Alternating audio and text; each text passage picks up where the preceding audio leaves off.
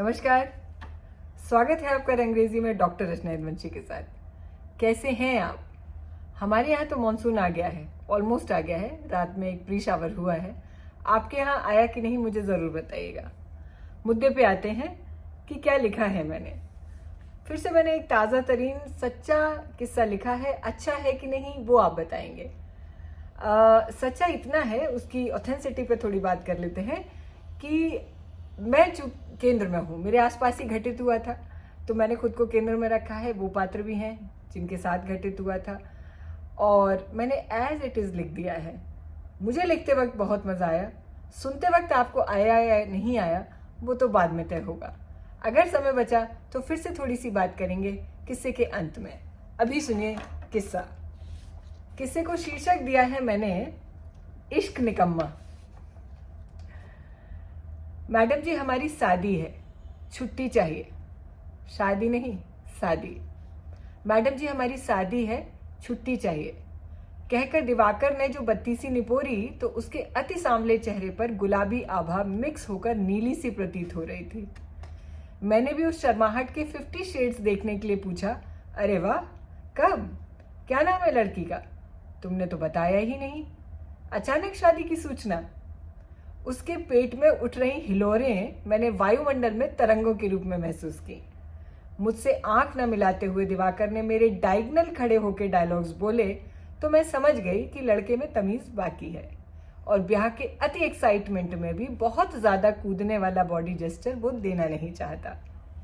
Old school को belong करने वाली महिला यानी मैं, जो तमीज और सलीके के एक्स्ट्रा 5 नंबर देती है, वर्बली उसकी छुट्टी सैंक्शन करते हुए बोली, ठीक है, लेकिन तुम तो लंबा जाओगे तो मेरा काम कैसे चलेगा? छुट्टी का अप्रूवल मिलते ही छोकरे का आत्मविश्वास मुखमंडल पर फैल गया और शरीर को एक्स्ट्रा हिलाते हुए पुरजोर आश्वासन दिया उसने कि नहीं मैडम जी, बस शादी के 5 दिन और काम समेटने के 2 दिन ही चाहिए। गौना तो हमारा बाद में होगा, तो 1 हफ्ते में हम वापस आ जाएंगे।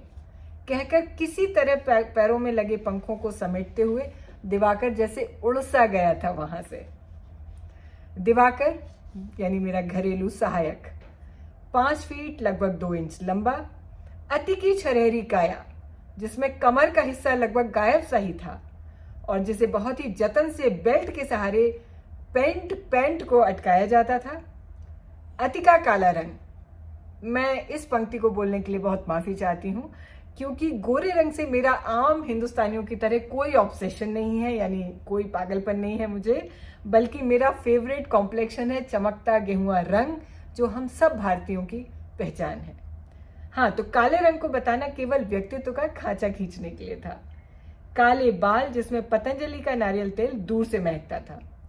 पहली बार में इतनी दुबली पतली काया देखकर जब मैंने दिवाकर की काम करने की क्षमता पे सवाल उठाए थे तो लड़के ने ईगो पे ले लिया था और शाम तक साफ सफाई के अलावा गेहूं और आलू की 2 भारी बोरियां बिना किसी अन्य की सहायता लिए कंधे पर रखकर पहली मंजिल पर रखकर जैसे उसने मुझे बता दिया था कि हम किसी से कम नहीं हैं। पतली लगभग मरगिल्ली सी काया का स्वामी दिवाकर का काम इतना तीखा और तमीज में कई पढ़े लिखों से बेहतर था कि जल्द ही मैडम यानी मेरे फेवरेट वर्करों की श्रेणी में वो शामिल हो गया। तो दिवाकर का खांचा खींच दिया मैंने। कहाँ थे हम? उसकी शादी पर। तो दिवाकर ने एक जिम्मेदार वर्कर की तरह अपनी शादी तक के लिए मुझे एक लड़का दिया जो था उसका सगा छोटा भाई रामचरण। अब रामचरण का हुलिया सुनिए। सांवला लेकिन दिवाकर से कम, लंबा कद लेकिन दिवाकर से छोटा, कुल मिलाकर पूरे व्यक्तित्व पर नजर डालें तो दिवाकर से कहीं ज्यादा आकर्षक। घुंघराले बाल और उसकी वो तिरछी मुस्कुराहट उस किशोर लड़के को अलग ही बांकापन प्रदान करती थी। काम सीखने में भी दिवाकर से ज्यादा चतुराई और निरक्षर होने का कोई सबूत नहीं, बशर्ते कहीं कोई हस्ताक्षर करने के लिए ना कह दे। एक निपट निरक्षर लड़का कितना चालाक हो सकता है, इसकी बानगी सुनिए। जब शाम को एक दिन मैंने उसे पास की मंडी से सब्जी लाने को कहा तो रामचरण ने कहा, मैडम जी पर्चा बना के दे दीजिए। मुझे पता था कि वो नहीं पढ़ पाता है, तो मैंने आश्चर्य से पूछा कि पर्चे का क्या करोगे? तो बोला बस आप दे दीजिए। मैंने लिखकर 6-7 चीजें दे दी उसे, तो बोला मुंह जबानी भी बता दीजिए। मैंने पर्चा पढ़ के सुना दिया। छोकरा बिल्कुल सही सामान लेकर आधा घंटे में हाजिर हो गया। मैंने पूछा, जब सामान याद ही करना था तो लिस्ट क्यों बनवाई?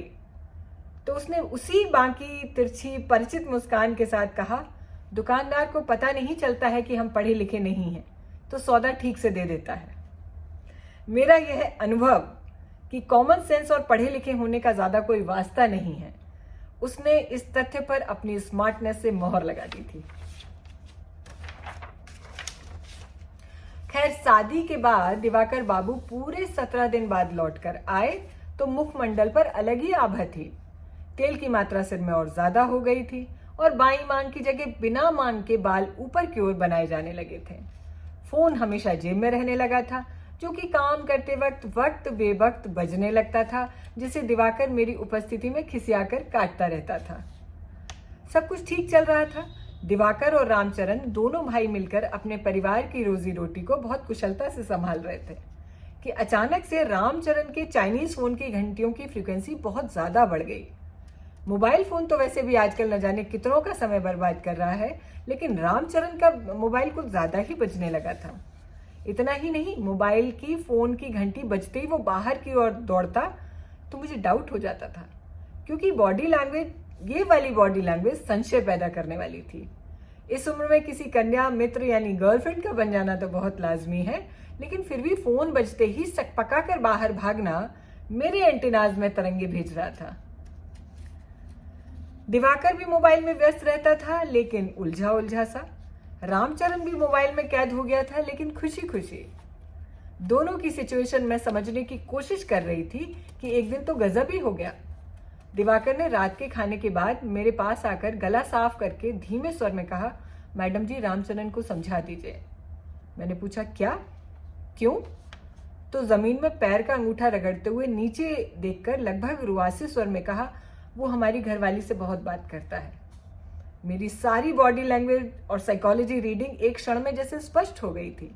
अच्छा बच्चू, ये खिचड़ी पकड़े ये मोबाइल से। खैर, मन की तरंगों को मन में सीमित करते हुए मैंने तल्ख स्वर में कहा, बात करता है मतलब बात तो कर ही सकता है ना? मेरी बेवकूफी के सवाल पर दिवाकर ने अपनी झुंझलाहट छिपाते हुए पूरे शरीर को हिलाकर कहा, मैडम, कर तो सकता है, लेकिन वो बहुत ज्यादा करता है और उसको अपने फोटो भेजता है। अब बहुत ज्यादा और फोटो दो शब्द स्वर की तेजी से अंडरलाइन किए गए थे। बहुत ज्यादा और फोटो, इस पर उसके स्वर का जो अंडरलाइन था वो मैं समझ गई। लिहाजा मेरे पास न समझ पाने का कोई कारण मौजूद नहीं रह गया। मैं भी अन्यमनस्क थी कि क्या मशवरा दूं अब, लेकिन याची द्वार पे खड़ा था और मुझसे न्याय की उम्मीद कर रहा था। मैंने तेज लेकिन सधे स्वर में कहा, तुम बड़े भाई हो, मना करो उसे कि तुम्हें पसंद नहीं है, न माने तो 2 झापड़ लगाओ। मुझे अंदर से शर्म आ गई अपनी इस बेतुकी सलाह पर, लेकिन दिवाकर का उत्तर और ज्यादा हिला देने वाला था। मेरी आंखों में सीधे देखते हुए उसने कहा, मैडम, हम किसी को मार सकते तो हमारी पत्नी से कोई हमारी बिना मर्जी के बात कर सकता था? वातावरण में सन्नाटा था और मैं कद काठी के बल और पौरुष के महत्व पर एक पेपर लिखने के लिए मानसिक रूप से खुद को तैयार करने लगी थी। पिक्चर अभी बाकी है मेरे श्रोताओं, दिल थाम के बैठिए। दिवाकर और रामचरण का पचड़ा अपने प्रचंड रूप में मेरे सामने तब आया जब लंबी छुट्टी लेकर मसले को निपटाने गए दिवाकर ने लौटकर खामोशी से काम करना शुरू कर दिया, वो भी बिना मोबाइल के। मेरी उत्सुकता भी हिलोरे मार रही थी और रामचरण का वापस न लौटना काफी हद तक कथा के अंत की तरफ इशारा कर रहा था, लेकिन फिर भी दिवाकर की उदासी मुझे खल रही थी।